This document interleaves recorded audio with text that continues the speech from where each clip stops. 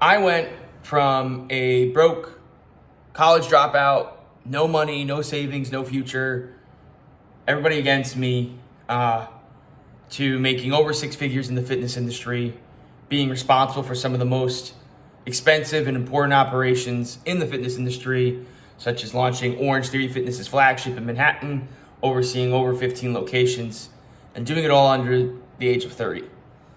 And I want to share that story with you. So this video is going to be long, but it's going to be super insightful. And it's going to tell you a little bit about my background, my knowledge, and how I learned what I learned and how I got to where I got to. My hopes of you hearing this story is to inspire you if you're, a fitness studio owner, an operator who's really passionate about helping others and changing lives, and also wants to change their own life. They want to change their own family tree and build wealth for themselves. So I'm going to get into it. It's going to be a little bit of a longer video.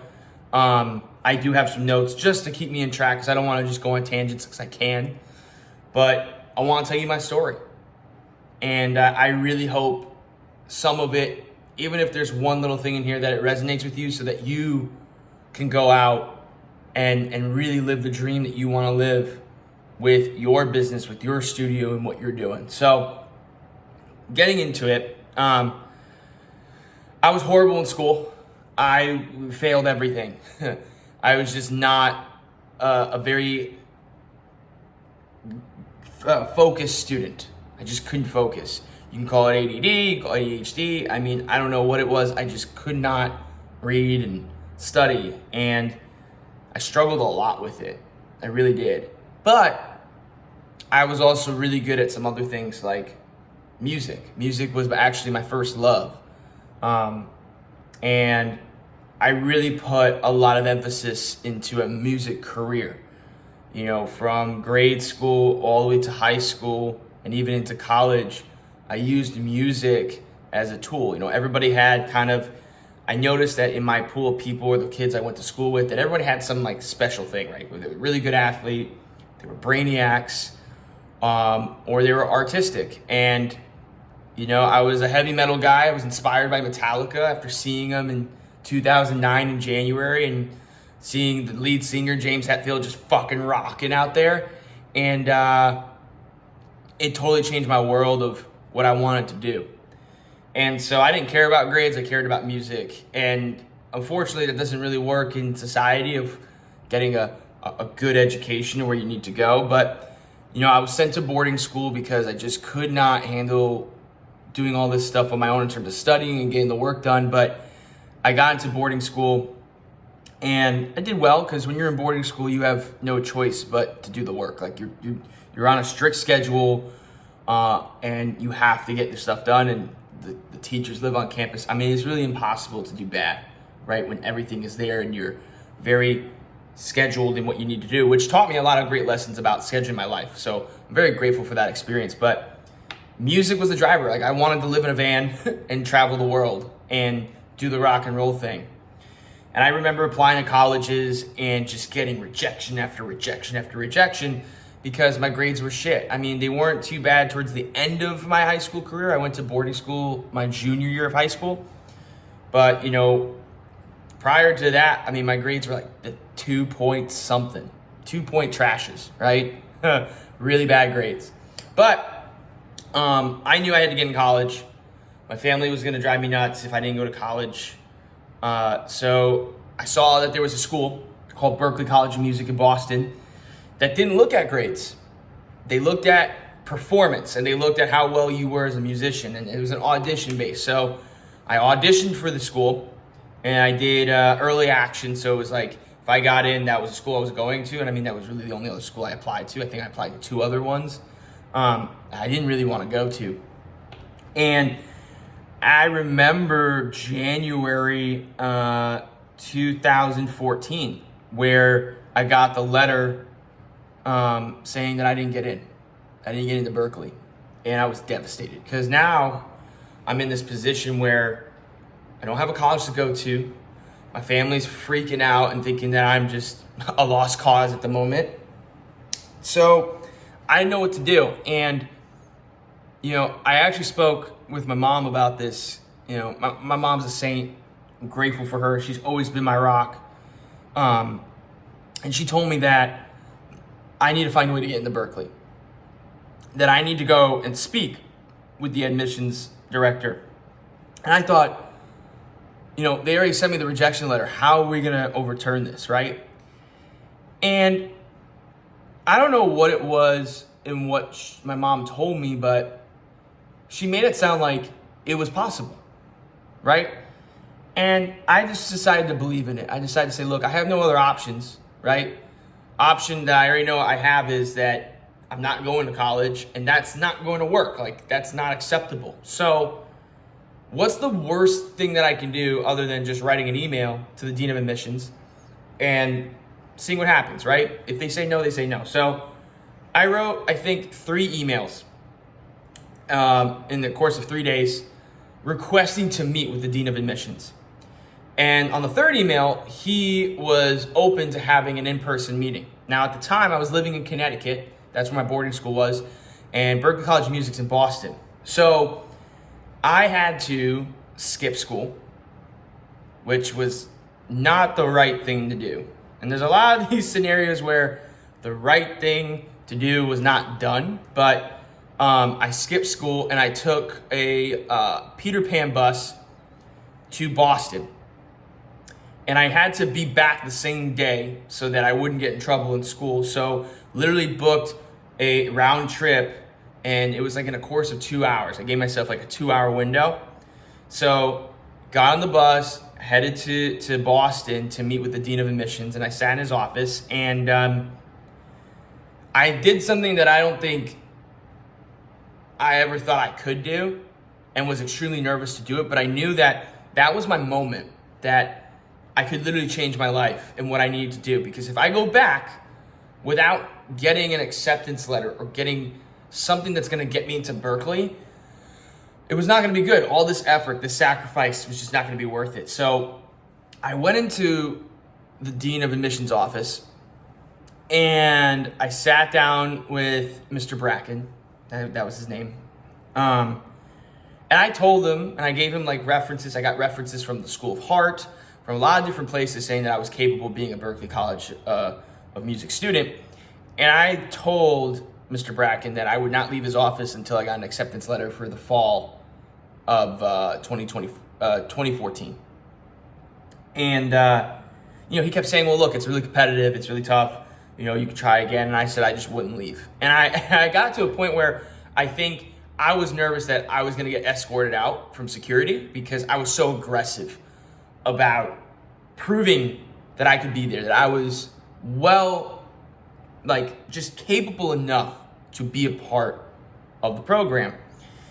And I think, I don't know what I said exactly, but it was enough to create enough of an impression where we left that meeting saying that he would send me an email telling me on what potential steps I can do to get accepted. And so I got an email the next day, and Mr. Bracken told me that if I were to participate in the summer program that they have a 5-week summer program, and I were to receive a GPA of 3.5 or above, that I could get accepted into Berklee College of Music. So I got my ticket, and I knew that summertime, that 5-week program was a mission to just win. And I dominated. Whenever there was a study hall period, classes, talking with teachers, all that type of stuff, I made sure I was there. I made sure I was present, and I scored a 4.0 GPA. And what that really taught me in that experience at getting into Berklee was that if you really want something and you have the capability to do so, you can find a way.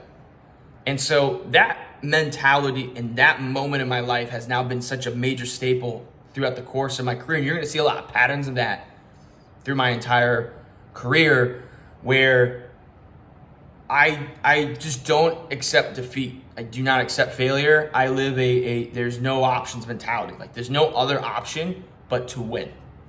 So got into Berklee, which was really cool. I got into Berklee. I didn't get into the fall semester, but I got into the spring of 2015. And I was very pumped. My family was proud, all that good stuff. Getting to Berklee, trying to get the band thing going on. And, I had a band, and I still have this band. They're great. we still play, not as much as I like to, but we played a lot during that time. And I was getting frustrated because I thought college was supposed to teach me how to be a musician, but like a paid musician, not one that just studies music theory and everything else.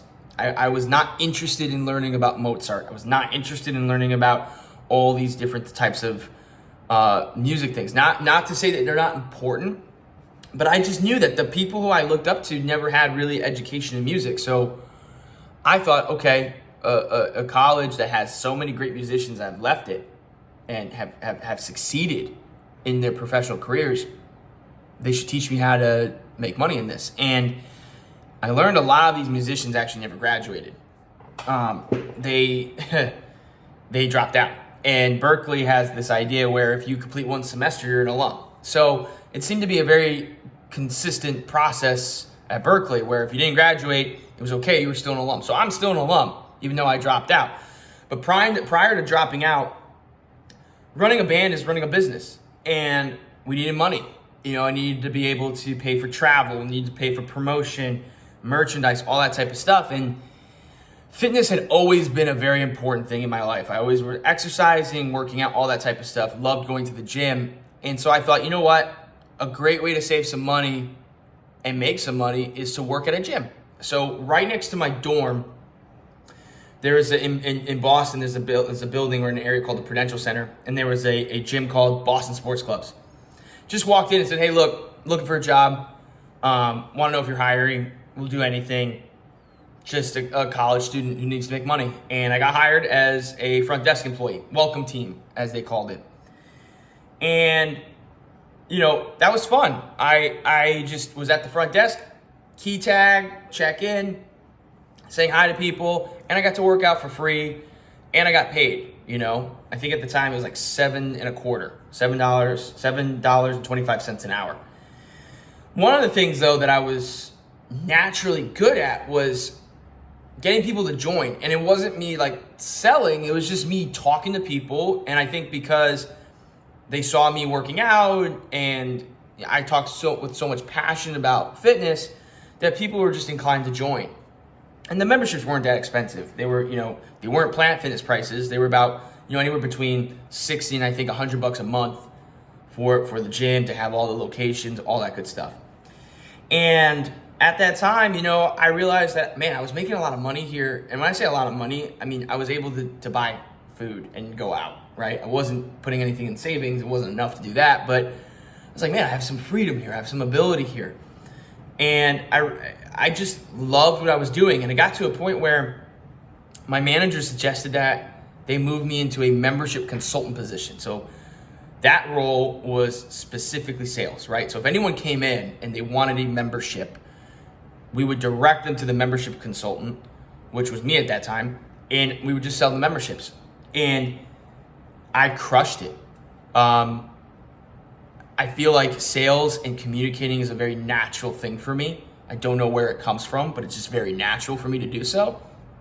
And literally reach out to 100, 120 people a day, phone calls, show-ups, people walking in, curious about the gym, and I would crush it. I'd sell, anywhere between 80 to 100 memberships a month. And it got to a point where I was doing really well and I got a little bit of a pay increase. We got to $10 an hour, which is great.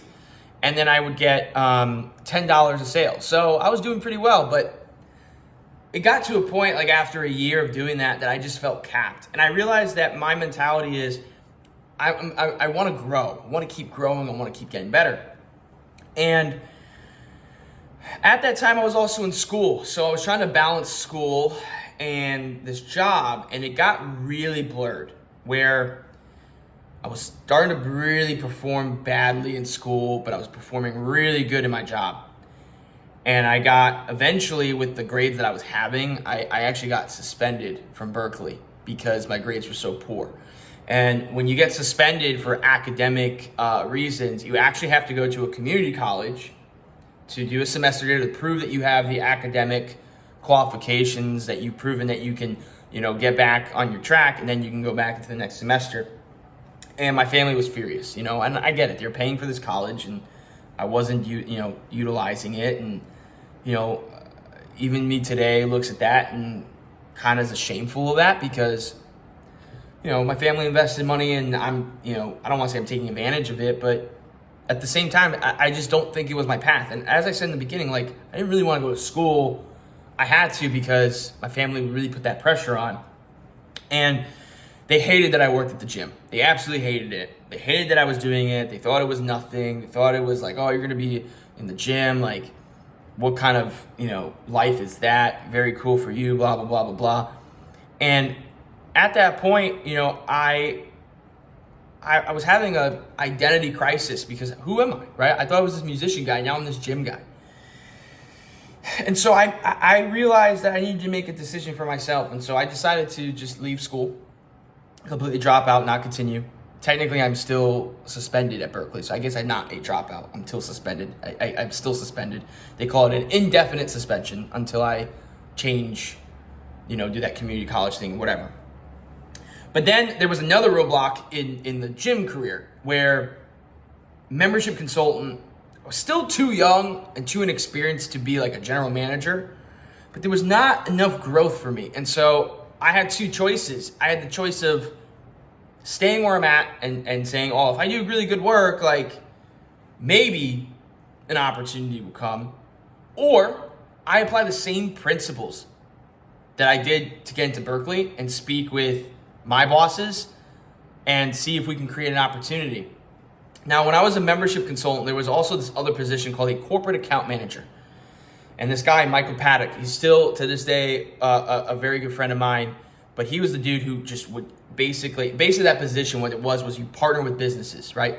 So you partner with a business and the deal, the partnership was that business would agree to our partnership and we would collect at least 10 to 20 memberships in the first month of our partnership. And then that their employees of that business would get a discount with us because we're partners. And this guy, Mike, would just crush it. He'd literally come back in the back office. He'd come up when there was a corporate deal. We'd send, that person back to their office. Boom, a sale was done. Then Mike left. He moved on, different opportunity, and no one filled that position, and they decided to remove it. And so I kind of brought up the idea of bringing that position back. And my boss at the time was like, well, we don't have the budget for it. We're not going to be able to do it, blah, blah, blah, blah, blah, blah. And so I got to a point where I said, look, if we can't find a way for me to grow, then I'm going to have to leave.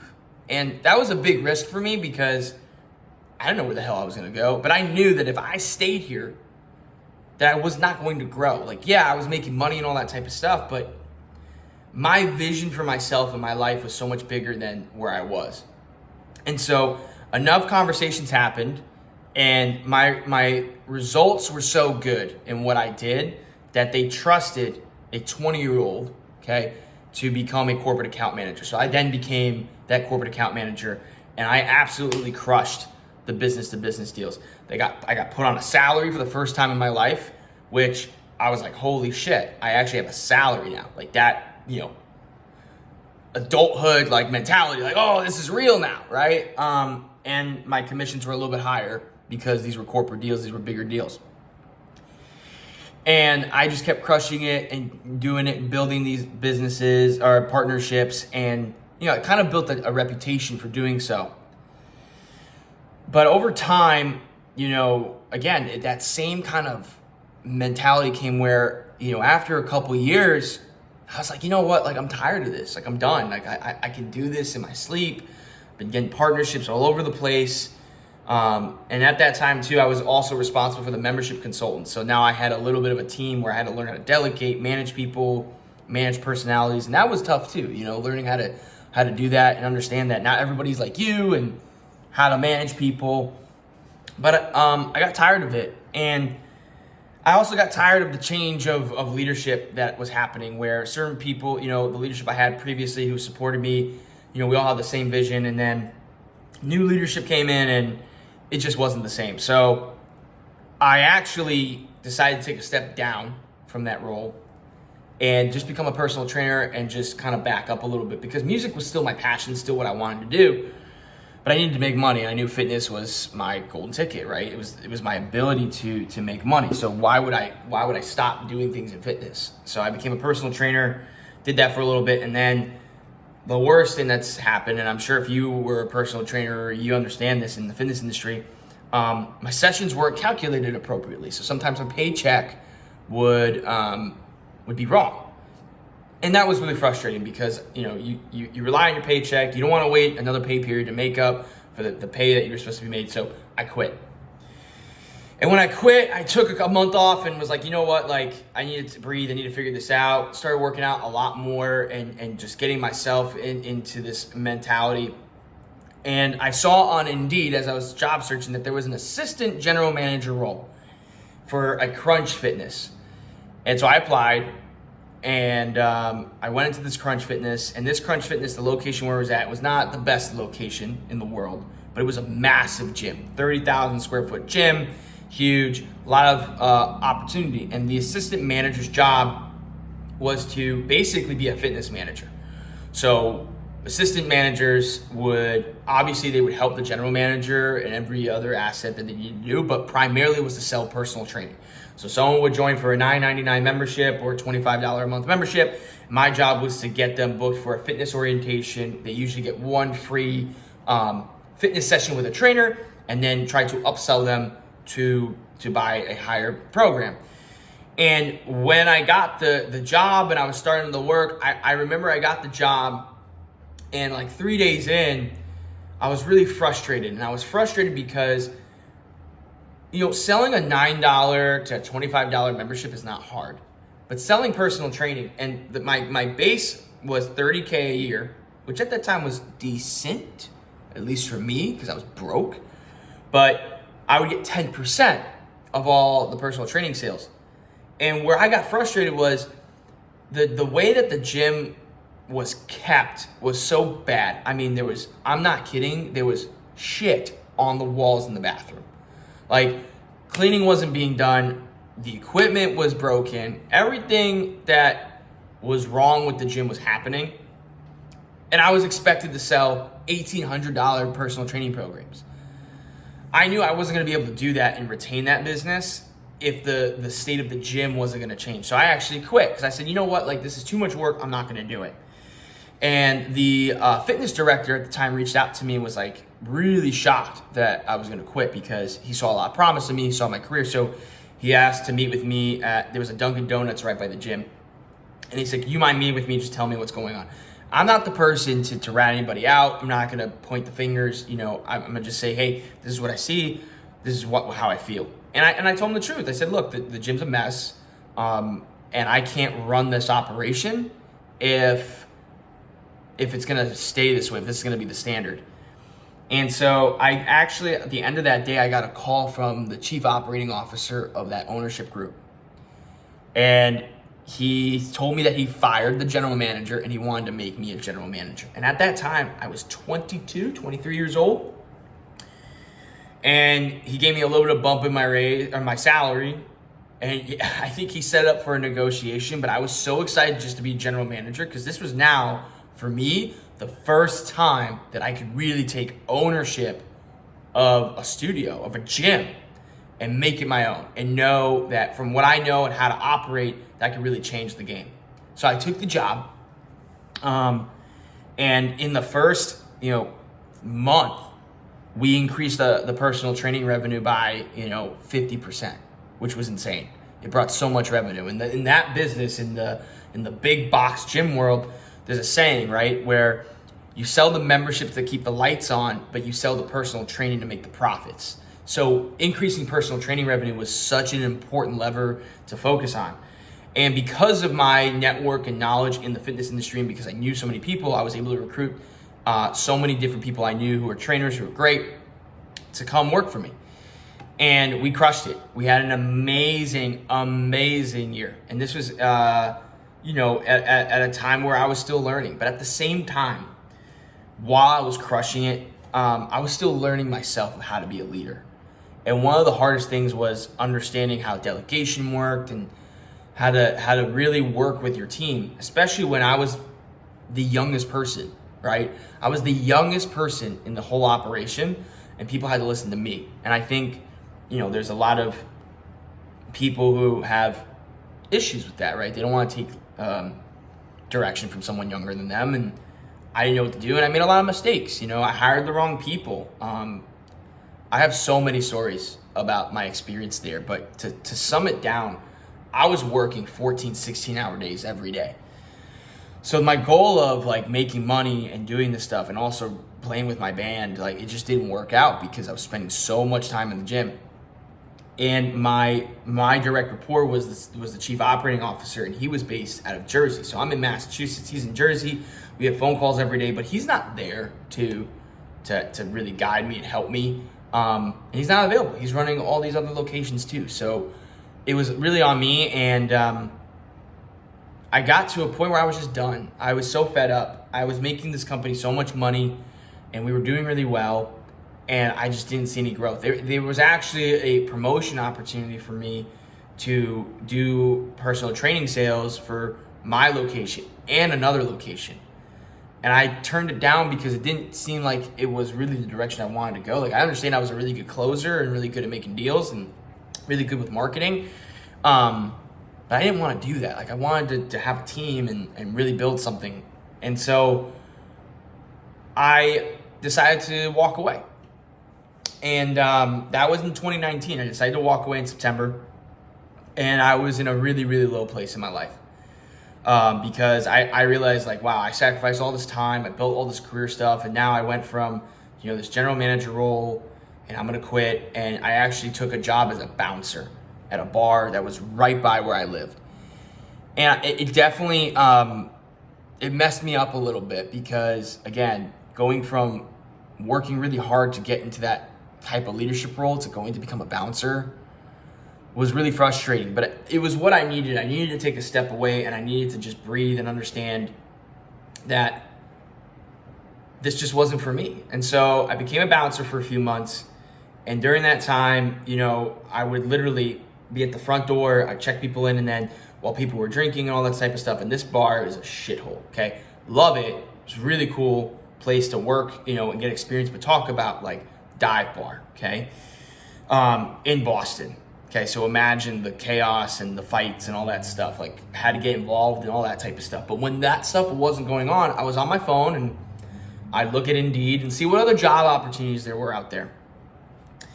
And there was this one job opportunity that came up that was for a brand called Orange Theory. Now, I kind of heard about it a few times throughout my career because a lot of the objections were, when I was dealing with people like, oh, there's these fitness studios like Orange Theory, they're doing this, like what, blah, blah, blah, blah. And we'd still get them to join with us, but I did hear about this brand. I had nothing about it, no idea what it was about, but I applied. And it was for a studio manager position. So I was like, okay, cool, like general manager, studio manager, very, very much the same. So I go check it out, and I meet with the head coach over there, Abby, who to this day is one of my closest friends. And a lifelong friend that I'll have. But she interviewed me. I took the class, and I was so blown away on the experience that I had in that class. And it was probably one of the best workouts I ever had. That I remember in the interview process, while she was interviewing me, I told her, I said, look, like if this job doesn't work out, I do want to become a member because this program is amazing. Like I hate running, and you got me to run and have fun doing it.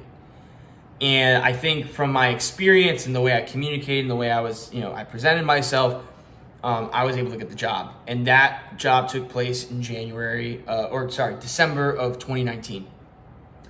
January of 2020, my real first month of really working in this business, we were able to, that studio on average is making 50, 60 new memberships a month. I got it up to 80 to 90 new memberships a month in the first month. And then the second month, I think we just did a little bit under 90 new membership sales. So I took what I learned in my experience from running those big box gyms, corporate sales, all that stuff, brought it there because clearly that wasn't there. They didn't have people like that with that kind of experience. And that group really valued me. But then March comes around, and as we all know, the pandemic happened. And so we shut down. And now I'm worried that my future's again in jeopardy. But the ownership group at that time was so good with us. They actually paid us throughout the shutdowns. And I'm forever grateful for that, because I was able to take care of my home and everything else. And in that job too, just to put numbers in context, I actually made $50K a year salary, which is way more than I was making as a general manager. It was insane, right? At that time, I didn't know shit about compensation. I just knew I was broke, and the more money I can get, the better. But I also knew that the more that I can show that I can provide results that were undeniable, they would see my value over time. And so things got shut down. When we reopened in that market, in that area, the reopening happened in October of 2020. I was asked by the CEO to take over 2 locations, to be the first, what they call dual studio manager, along with Abby, the head coach who I was working with, to also help me in this process. And we absolutely crushed it. It was a really hard time. It was hard for everybody. But, imagine being a fitness center in a fitness space during a pandemic where people are worried about talking with each other, interacting, there's sweat, all these different types of things. So it was a big hurdle to overcome, but we succeeded. We actually dominated it, because we were so focused on getting people in and letting them know that this was a safe environment and that we can provide the results that they're looking for. And in that time, I had to learn how to manage 2 teams, 2 locations on my own. And through that process, I was able to get, especially when I had to take the other location on that I never hired anyone for, I had to take on a whole new team. It was like my first acquisition. And I was able to take people who never knew how to sell and get them to sell, right? Because we did really strong marketing. We were really good on that. And we were good about getting people into the door. But marketing can only take you so far, right? It can kind of pre-sell a little bit. But when they come in, that's really where the selling begins. And if you do a good job on how you communicate, you can make a sale like that. And we absolutely crushed it. And it got to a point where at that time, right, there's these kind of different ranks, right? So you have me as this like dual studio manager role, and then above me is what we call a regional manager. And at that time, the regional manager I had, amazing guy, love him to death, but he got promoted to being director of sales. And they decided not to fill that regional manager position, which really frustrated me, because that was my target. That was my goal. It was like, okay, that's the next level for me. And I saw all this happening, and there was no discussion of me moving up. And I was like, shit, we're back at it again, right? Like, no longer having growth, having to fight this whole thing again. So I decided to quit. And I put my 2 weeks in, and I told, my boss at the time, I said, look, like, all due respect, I love the company and I love what we do here, and I appreciate everything everybody's done for me and for what I've had to go through, what we all had to go through the pandemic, but I need to focus on my future. I need to focus on my family. And so the CEO decided to reach out to me, and we had a phone call conversation, and he said that he wanted to make me a regional, but he just didn't think I was ready. And I just told him, all due respect, I know what I'm capable of more than he knows what I'm capable of. And if he would have just given me the opportunity, I could prove it to him. And so he decided to move me into an assistant regional role. And he bumped my pay from $50,000 to $85,000 a year, which was insane. I thought I was the richest guy in the world. And I couldn't believe that while it took me to have to draw a line, it was the same principle that I did with Berkeley, where I had to say, look, like, this is where I'm at, this is what I'm going to do, and this is what I want. And if this is not what I'm going to get, then this is where I'm going to go. And because I built so much value and had so much success, and the key about everything I'm talking about is, if you notice through my stories, I had results. Like, I didn't just work and show it up. I did way more than what was required. And I think that's really important to remember, is you have to do more that's required in order to show that you're worth more, right? Because if you do what's just required, then you're doing your job and you're not really showcasing that you have more to offer. But if you're bringing more in and you're doing way more than what is required, you have an easier way of illustrating value. You just don't want to get taken advantage of, which is what I didn't want to happen. So he gave me that promotion. I worked with the regional fitness manager at the time, And he just kind of showed me a little bit of what he did and how he did the ropes. And I went full force. And I love that guy too. Jim, amazing guy. He's still one of my great friends as well. He kind of let me do my thing and just said, hey, look, take a look at these studios. Can you improve them? And we improved them in 60 days just by doing the same things that I've done. And then it turned to me becoming a regional manager, not assistant anymore. And I had 14 locations that I was responsible for. Was super excited, super happy, got paid a little bit more money. And I was like, great, I'm in a perfect position now. I can feel the money for the band. I have all these locations. It was a lot more work than I've ever done, which I didn't expect it to be. I think we all expect that as you rise, like it's going to be less work, but it's actually a lot more work. But it was work that I was happy to do. And so going through this, everything, blah, blah, blah, blah, 2021 is here. And in March of 2021, I got a text from the CEO and he said, hey man, I got an idea for you. Why don't you, give me a call? And I called him and he goes, listen, man, we're acquiring studios in New York City. You're one of the best that we have. I need you to help build that area. And I actually need you to step down from a regional role to become a manager again, to get one of these studios up and running.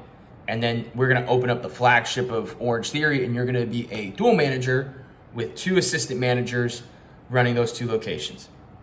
Now, I wasn't super thrilled about stepping down, but he did increase the compensation to $100K a year.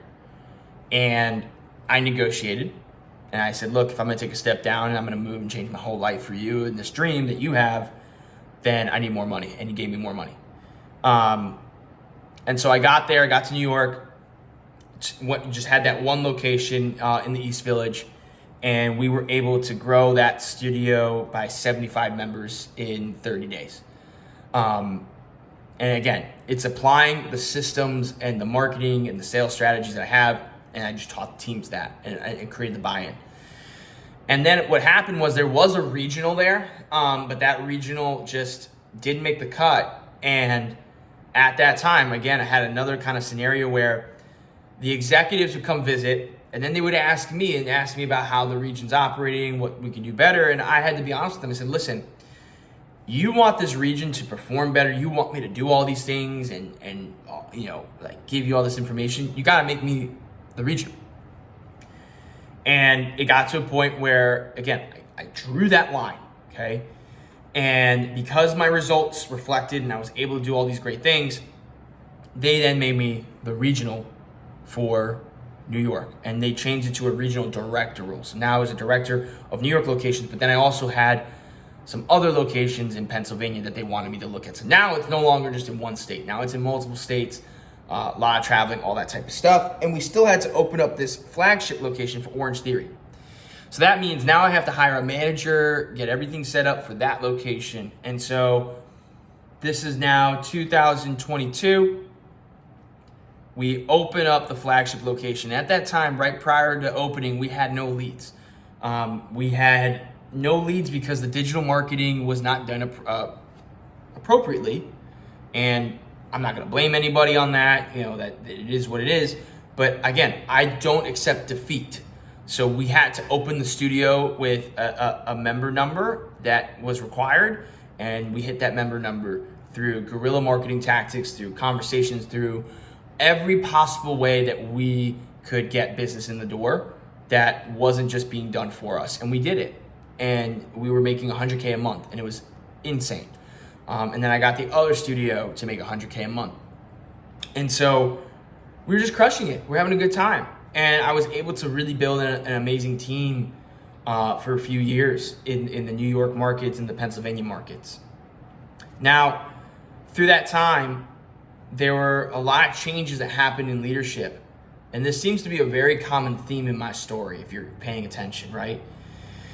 Where the leadership now decided that they wanted to go in a whole different direction of how they wanted to run the business. And I, in the most respectful way, tried to show them through the results that if we went in this direction, in the direction that I was going in, we would see success. But unfortunately, the newer leadership just didn't agree with it. And it became very tense. And I was really depressed, to be honest. Because now, I'm leading a team, and the team doesn't talk to the executives. I talk to the executives.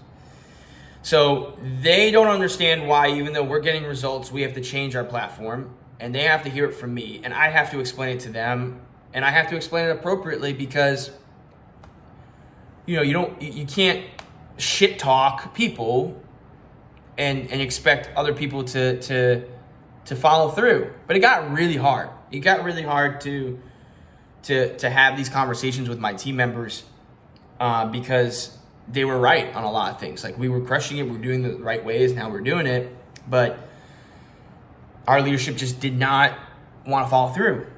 And it got to a point where the business, not necessarily our business in terms of our area, but the business as a whole started to really come down.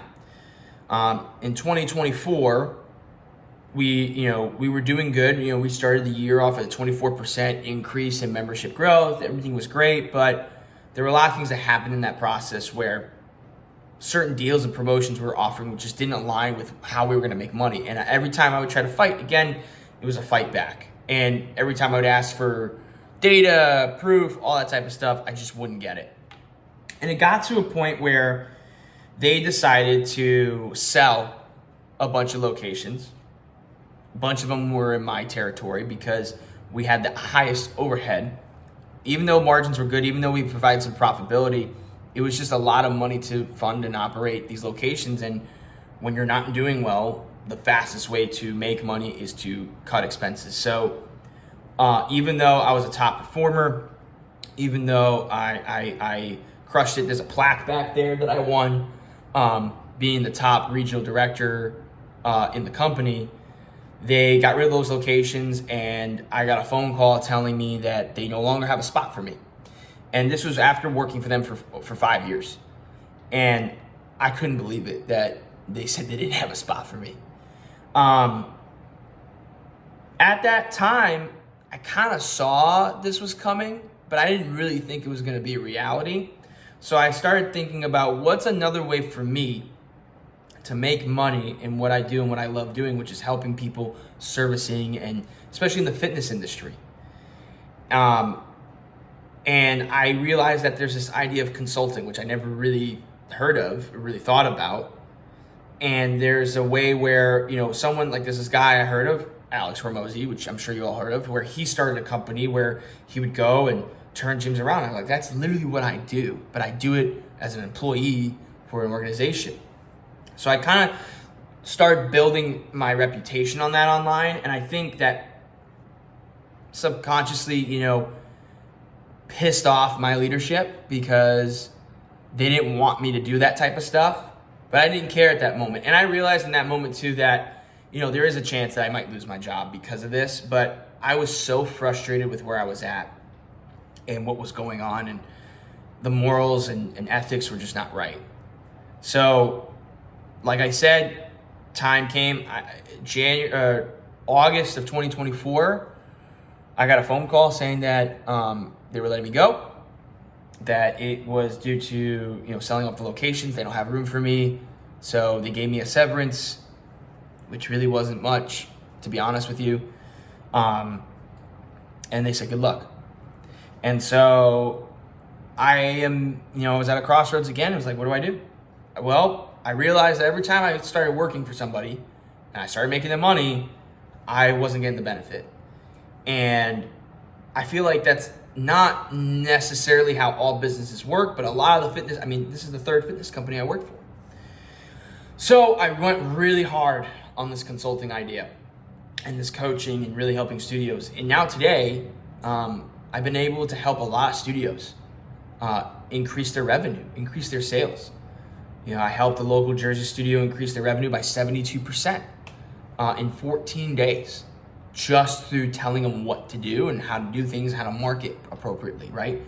A couple of my clients right now, I just had a client, she's in Glendale, California, and she, was struggling, and now she's on vacation in Mexico City with her sister, and she made more money than she's ever made this year with me, with working with me. So today I have a company called Rise Up Innovations. We work with fitness studio owners to, give them financial freedom without them having to burn themselves out in the studios like I used to do, because there's different ways that you can do this to make it really work. And it is possibly the most fulfilling thing that I've ever done in my career. Because these people generally want to help people. They don't focus just on the profits. Well, profits are important. We want to reinvest in the business. We want to grow. We want to take care of the members. But there's something about just working with people who truly care about helping others. And I feel that with the skills and the knowledge and the experience that I have, I can help these people who have such a dream, such a passion for their businesses to grow and change the world and help, make people healthier, that I could be that helping hand for them, that coach on the sideline with them and really work with them. And so that's my story in a nutshell. I tried to shorten this down a little bit, but I would say the biggest takeaway about hearing my story is, 1, don't ever settle for less. 2, know your worth. 3, make sure that the results that you bring when you know your worth are undeniable. That people make nicknames for you so that you're so undeniably great, like it's just no, right? I was known as G Money because I was the sales guy. I was the dude who could bring in the revenue. And I was called on by all people throughout Orange Theory, even Crunch, to just ask, hey, how are you doing this? How are you doing this, right? So never stop believing in yourself. Focus on, doing what you believe is best. But I believe that just being of service is the key, right? Being of service, and that's all I'm trying to do with my business. So I officially launched this business as soon as I got let go, which makes sense. So it's still very new, but it's very exciting, and we've been able to help multiple studios already. So that's my story. I really appreciate you listening. I hope it gives you a little bit better understanding of who I am. I went from being broke, no college degree, living in a shithole basement apartment, and now I live in this luxury apartment. We got a pool outside. I got 2 animals, 2 pets. Do I play music as much? No, I don't. I think I had to make a choice where, what is my calling here? And I thought music was, and music's still a really important part of my life, and it will always be so important, and I will always play. But I feel like my calling to help others and to serve in the way that my Lord and Savior wants me to is through this. So that's my story. I really appreciate you listening, and I hope you have a wonderful day. If you are a studio owner and you are looking for help and you are looking for that support of how can I increase my studio revenue? How can I make more money? How can I do those things? Then reach out to me. I'm always happy to talk. Sometimes one conversation is enough to literally change your business. So again, thank you for listening. I hope you have a wonderful day, and I'll see you in the next video.